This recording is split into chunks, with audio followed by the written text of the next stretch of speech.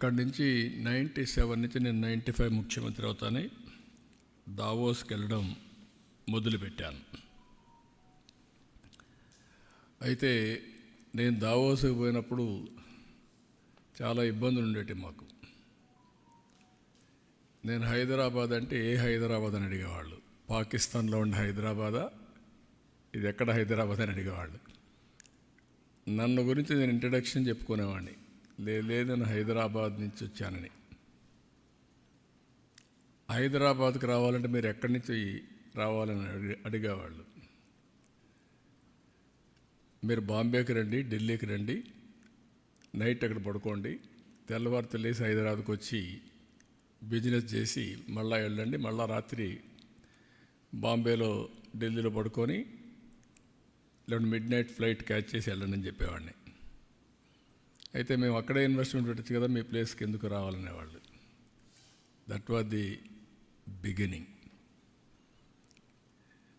అదే మరిగా దావోస్కి రావడానికి ఇండియాలో పాలిటీషియన్స్ ఎవరు ఇష్టపడేవాళ్ళు కాదు. ఒక మిత్ ఉండేది, దావోస్ అంటే రిచ్ పీపుల్ ప్లేస్, డబ్బులుండేవాళ్ళంతా సమావేశం అవుతారు కాబట్టి మనం కూడా వెళితే ప్రో రిచ్ ఇమేజ్ వచ్చి ఓట్లు పడవనేది ఒక మిత్ అనమాట. దాంతో ఎవరు వచ్చేవాళ్ళు కాదు. నేను వెళ్ళిన తర్వాత స్లోగా ఎస్ఎం కృష్ణ వచ్చాడు. మొట్టమొదటిగా ఎస్ఎం కృష్ణ గారు నాకు పోటీ ఉండేది దావోస్లో. ఆయన బెంగళూరు గురించి గొప్పగా చెప్పేవాడు, నేను హైదరాబాద్ గురించి దానికంటే ఎక్కువ చెప్పేవాడిని. ఆయన దాని మీద హైదరాబాద్లో ఏముందనేవాడు, ఏముందో మీరే చూస్తారులే, it is a matter of time అనేవాడిని. ఒక 2-3 ఏళ్ళు అయిన తర్వాత ఎస్ఎం కృష్ణ గారు కాంప్రమైజ్ ఒక మీటింగ్లో చెప్పాడు, మా కొలీగ్ ఆంధ్ర సీఎంతో నాకు పోటీ లేదు, ఇప్పుడు ఇద్దరం కలిసి పనిచేస్తామని. అంత మునుపు కాదని చెప్పిన వ్యక్తి, అంటే కన్సిస్టెంట్గా ఫైట్ చేస్తే ఏమవుతుందో దానికి proof of concept today Hyderabad. నిన్ను కూడా బిల్ గేట్స్ మాట్లాడుతూ ఒక మాట అన్నాడు, ఇప్పుడు యు ఆర్ ప్రమోటింగ్ ఆంధ్రప్రదేశ్ కదా అన్నాడు ఆయన. ఒకప్పుడు హైదరాబాద్ని ఇచ్చేసావు, హైదరాబాద్ పేరు కూడా చెప్పాడు. అంటే నేను అన్నాను, ఎస్ హైదరాబాద్ అనేది ఉంది, తెలుగు జాతి అక్కడ ఉంటారు, అక్కడ ఉండే వాళ్ళు ఎంజాయ్ చేస్తారు. I'm promoting Andhra Pradesh because people elected me అని చెప్పా. అంటే ఇవన్నీ ఎందుకు చెప్తున్నానంటే, ఇప్పుడు 4వసారి ముఖ్యమంత్రి అయిన తర్వాత మళ్ళీ నేను కొత్త బ్రాండ్ని ప్రమోట్ చేయాల్సి వస్తూ ఉంది. టోటల్గా డెమాలిష్ అయినటువంటి ఆంధ్రప్రదేశ్ బ్రాండ్ని, డెస్ట్రాయ్ అయిన బ్రాండ్ని ఇప్పుడు మళ్ళీ ఇండియాలోనే కాకుండా ప్రపంచం మొత్తం కాదు మేము ఉన్నాం, మీరు రండి, మేము అన్ని విధాలా సహకరిస్తాం అని చెప్పే పరిస్థితికి వచ్చింది. దాన్ని ఎడ్యుకేట్ చేయడానికి ఎన్ని ఫోరమ్స్ ఉంటే అన్ని ఫోరమ్స్ ఉపయోగించుకుంటున్నాను. ఈరోజు మీరు చూసినప్పుడు, నేను అక్కడికి వెళ్ళినప్పుడు 27 మీటింగ్స్ అయినాయి నాకు, 1-to-1 meetings 27.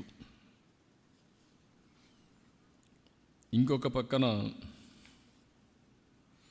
4 round table conference అయినాయి, 3 కాంగ్రెస్ సెషన్స్ అయినాయి, ఒక UN habitat bilateral with united nations under secretary ఒక మీటింగ్ అయింది. కాంగ్రెస్ సెషన్లో 3 subject which are all very relevant. Energy transition, where public policy meets private goals ఒక subject. ఇప్పుడంతా కూడా ప్రపంచం మొత్తం మీరు చూస్తే AI, గ్రీన్ ఎనర్జీ ప్రపంచం అంతా కూడా మారుమోగే పరిస్థితి ఉంది.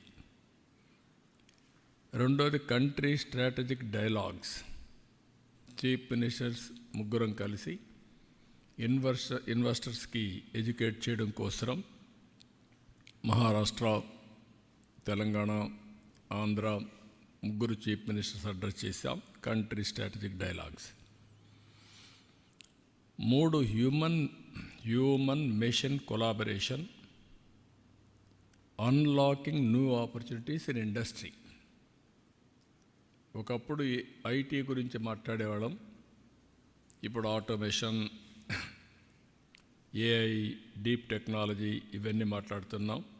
అందుకే human machine collaboration unlocking new opportunities in industry ఆ సబ్జెక్ట్ని ఇది చేశాం. ఇంకొక పక్కన రౌండ్ టేబుల్ కాన్ఫరెన్సెస్లో మీరు చూస్తే pathway to India's green industrialisation, green energy to green hydrogen and green manufacturing. ఫ్యూచర్లో ఏది చూసినా కూడా మ్యానుఫ్యాక్చరింగ్ కూడా గ్రీన్ ఎనర్జీ వాడితే దానివల్ల అడ్వాంటేజెస్ ఉంటాయి. టోటల్గా గ్లోబల్ వార్మింగ్ తగ్గే పరిస్థితి వస్తుంది. Not only green hydrogen, it is leading to green manufacturing. రెండోది building the next petrochemical hub. ఆంధ్రప్రదేశ్ని ఇంకొక పెట్రోకెమికల్ హబ్గా తయారు చేయాలని. మూడోది pioneering the blue economy of tomorrow, Andhra Pradesh rule. Ocean economy, blue economy అది ఫ్యూచర్ భవిష్యత్తు. అబండెంట్ ఆపర్చునిటీస్ ఉన్నాయి ఆంధ్రప్రదేశ్కి, ఎందుకంటే 1000 కిలోమీటర్ల సీ కోస్ట్, అది కూడా ఈస్ట్ కోస్ట్లో ఉన్నాం. ఇది ప్రపంచానికే గేట్వేగా తయారవుతుంది. దీన్ని ఎంత ఉపయోగించుకుంటే అంత సముద్రాన్ని ఉపయోగించుకొని మనం ముందుకు పోయే పరిస్థితి వస్తుంది. అందుకని బ్లూ ఎకానమీ పైన ఏమేం చేయగలుగుతాయో కూడా